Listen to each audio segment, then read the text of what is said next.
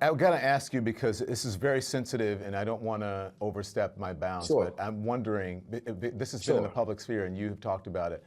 Sure. I know how important Right. your daughter is. Why on earth would she bring your daughter in this? Sure. Because we remember the conversation we had about Father's Day. We were going to do something together because we thought the importance of black fathers. Right. And I know, you know, Right. having daughters changed your perspective on life, you said. So why would she do that? Right. You have to ask her. I have no idea. Yeah.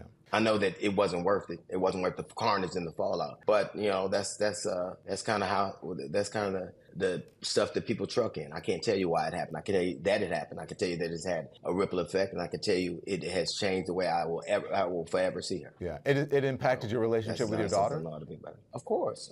I think impact is a different word. It certainly has bruised it. It certainly has given us, we've had some pretty uncomfortable moments. So yeah, I guess I would say it has definitely had an impact. Well, let's move on and talk about how having daughters has changed your worldview. How has it changed your worldview?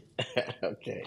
I want the world to be different. I think that every time I hear somebody saying, I think that we live in a world where we pretend to use women as props. Like I'll hear somebody giving a speech about how, illegal immigrants come and they do all this harm. And that is certainly a tragedy. But then you pass laws that make it easier for people to obtain and carry guns. And the number one way that American women die is at the hands of somebody who loves them. You made it easier for domestic abusers to get guns. You made it easier for people who have violent tendencies to get guns. You made it easier for 18-year-old people that can't even rent a car in many states and go grab a gun. And that's going to have a direct effect on the people you say you love. So don't tell me about the illegal immigrants who are in danger when you're passing city and state legislatures every day are passing laws that make it increasingly more dangerous for women. You're more likely to be killed by the person who's laying in the bed with you than the person who makes it up. But you demonize them. But the whole while you're making it easier for a woman to control her safety or her body. So I think when you have daughters, you think a lot like that. And I'm sure a woman's right to choose has been a part of that thinking, right? Especially considering what's happened with Roe v. Wade. Of course. Well, listen, I was born in 1964. I was the first one of my mother's children who was born with the full rights of an American citizen. My youngest granddaughter was born in September of 2023. She was born with fewer rights than me. Now, we're talking about affirmative action has gone by the wayside and Roe versus Wade is gone. That is untenable to me. I think that when I hear people talking about the future that they would envision, most of the time people view it from a selfish vantage point.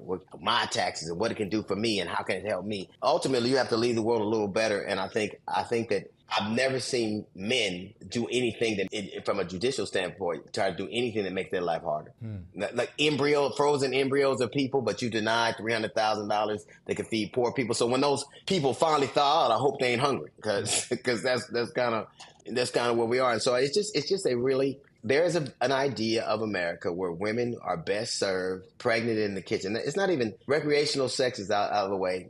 Every time a woman engages in sex or people engage in sex, they, according to this draconian viewpoint, they wanted to result in childbirth. And they only want to do it for a couple of reasons. One, so they can have workers. They want women to be pregnant and have babies for the same reason they want to extend the Social Security age. They want more workers to live longer, to serve the corporate interests and will longer, and to die when they don't have any use for them.